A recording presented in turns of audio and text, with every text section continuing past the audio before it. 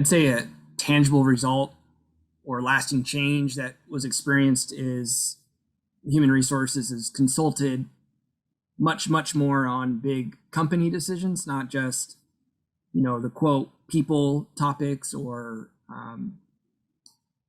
maybe just things that only HR really deals with, health and insurance benefits, although accounting works with that also. And I was brought into more conversations that were beyond just a strict human resources type of function. And so discussions on marketing and discussions on our facilities and discussions on technology and how that may impact our people and our overall company. That was a tangible result, is being invited to the table on all business decisions. What has changed about my leadership style because of this coaching? Two things come to mind that are related. One is not taking feedback personal when someone may disagree with me or just challenge an idea that I bring to the table, and not taking that personal has been a way that my leadership style has changed, because in the past, taking it personal has resulted in me becoming defensive and angry, and that's not super conducive to building partnerships with teammates and stakeholders, that sort of thing. So just being detached from an idea, from my identity as a person or a professional, and just leading to the second takeaway, which is a change in my leadership style, is being more humble, of just being willing to be wrong and that being okay, and having the trust with my leadership that if I'm wrong more than I'm right in a certain week, I'm not going to lose my job or I'm not going to be disrespected, and just having that trust and that room to fail in the process to a longer term success, which has allowed me to challenge ideas more, knowing that I could be wrong in this, but I need to bring the question to the table. I'm going to pitch an idea, and it may be wrong, but at least it's going to get us talking and thinking about it. So being willing to be wrong and not take it personal, and increasing humility has been really helpful. Because otherwise, if I hadn't made those changes and resorted back to old ways of being defensive and getting angry, you just kind of get stuck with whatever you're working on, and it just becomes more squabbling and quarreling, and you're really not moving the ball forward, if that makes sense. Some challenges that have become easier for me as a result of this program have been ways to communicate my disagreement or a different perspective that directly counters another person's perspective in a way that comes across respectful to their point of view. So I do see my role as human resources in a company where I'm the only human resources specific employee, where I need to hold my ground for the betterment of the company, how we treat our people, how we compensate our people, how we hire people, how we let people go. And I need to be strong in those ways that we do that with integrity and that connect with our values. And when I see any employee, but definitely a leader or manager in our company, make proposals that may go against those things, I need to stay strong in that, because that's my job. And I need to do it in a way, and this is the thing that's become easier, in a way that's not so confrontational.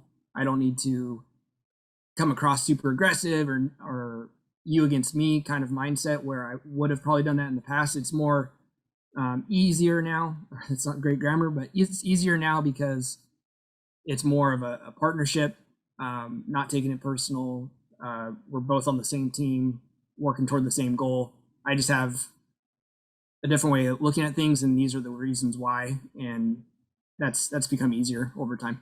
I'm most proud of myself since coaching with Fear's Advantage, of being very transparent with my coach Kemi, to the point where I could be very vulnerable in my own personal thoughts and beliefs on things. And I'm proud of that because being vulnerable with someone in an organization you're not really, I don't really have a long history with Kemi in this instance, but just those conversations really being engaged, I'm proud of, and being vulnerable and honest, and to the point where it may make me sound uh, not great, if is one way to put it, but just being very just brutally honest and transparent with my feelings and thoughts.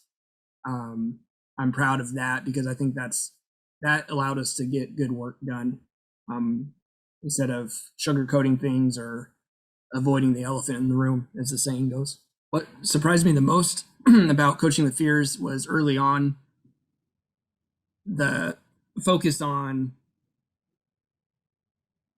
leveraging DE and I across different parts of the company and integrating it within different lanes that one might be in. So not so much looking at diversity, equity, inclusion work as a standalone office or program off to the side, or just a campaign or initiative or project that has an end date, and pat yourself on the back and do a newsletter and superficial stuff that I've seen in my work in previous HR roles or previous corporations or different roles that I've been in.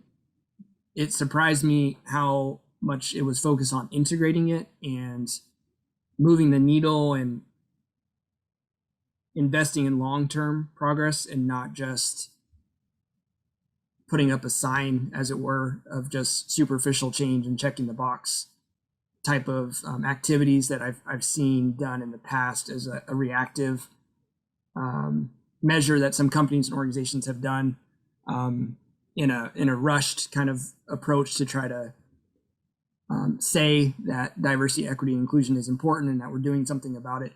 I was surprised, and pleasantly surprised, I'll add, that Fear's Advantage was very intentional, meticulous, consistent in integrating diversity, equity, and inclusion work within the business itself, and not as a standalone special project. And I really respected that and earned a lot of my trust from the very get-go. What motivated me to be a Fear's Advantage client is the desire to have a external perspective on the work that we are doing in our company. In particular, at the time when we started working with Fear's Advantage, we were a young company with processes and policies that hadn't really been refined or had a intentional DE and I lens when looking at them, and we wanted a external perspective that we could trust and could affirm us when we were doing things well and challenge us when we were off the mark. And I think Fear's Advantage definitely provided that and has been very valuable since bringing them on our team. The biggest challenge we had before coaching with Fear's Advantage, I believe, was finding an effective way to communicate what we wanted to achieve in not just D&E and I work, but just overall organizational culture, where we struggled to find language and approaches to convey what a founder may want to have as an organizational culture, and not wanting to come across as a top-down type of message, and trying to have an organizational culture that was very intentional while being inclusive of really a primarily remote workforce, and trying to include everyone's point of view, but also not waiting so long to get everybody's point of view, where you take a year to make a relatively simple decision. So trying to find ways to find that balance of making sure everyone felt like their voice was being heard, but we also weren't moving at a snail's pace, especially because time is not something you always have in abundance. And that was one thing that was a challenge before coaching with Fears Advantage. Specific breakthrough I had as a leader in human resources with a young company where I was their first HR hire, and a company that was moving very fast and hiring very quickly as well. So that was a direct impact to my role. And anecdotally, just I was hired, and within weeks I was hiring other people and onboarding people as I was being onboarded. So it was very meta there. And a specific breakthrough was human resources has a perspective that provides risk management, and it provides perspective to optimize ways employees work together. We're looking for synergies, looking for things that are not things, but policies and processes and approaches that are equitable and well thought out beyond just the getting the task done that week.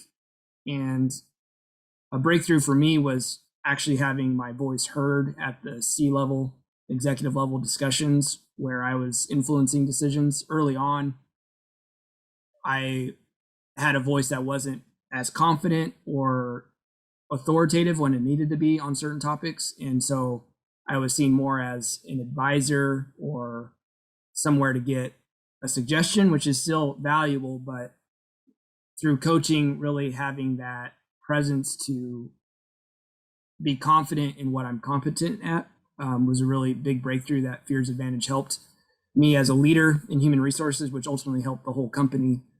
So we could get ahead of things and not be reactive with our policies and procedures and our communication strategies on certain topics.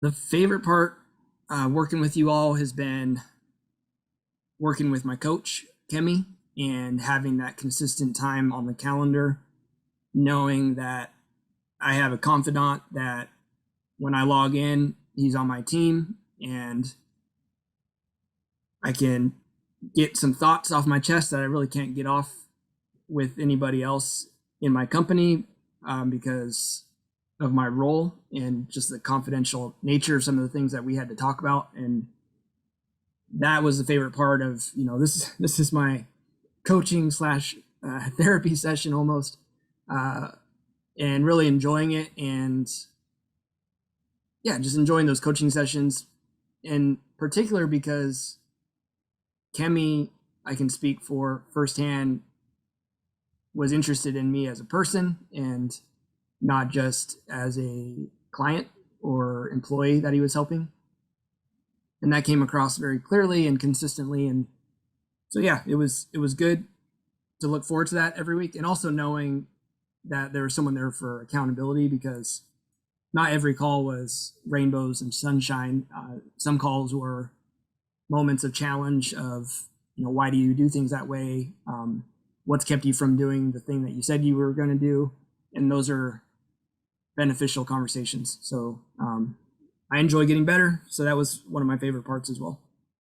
One thing I would share is for leaders that are considering using a service like this or are just starting out, is to be open to giving it an honest chance and be fully present, fully engaged. Don't treat it like a check the box exercise or activity, and really invest in it. And don't be afraid to bring real problems across the business that or organization that you are facing. Give it an honest chance, engage, invest in it, and listen,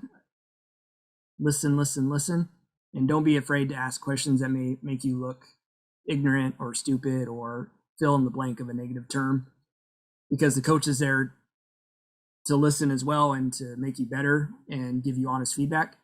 And then the last thing on that I would say is, when you hear that feedback, know that you're talking with a professional in their field, and to not implement the recommendation that they're giving is probably unwise.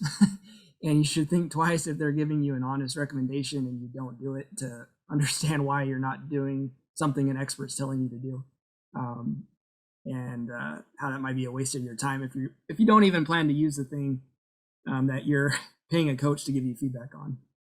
So be open to change and know that how you want to do things from the beginning may change with their perspective, and be willing to change and have the humility to have an approach that wasn't your original approach.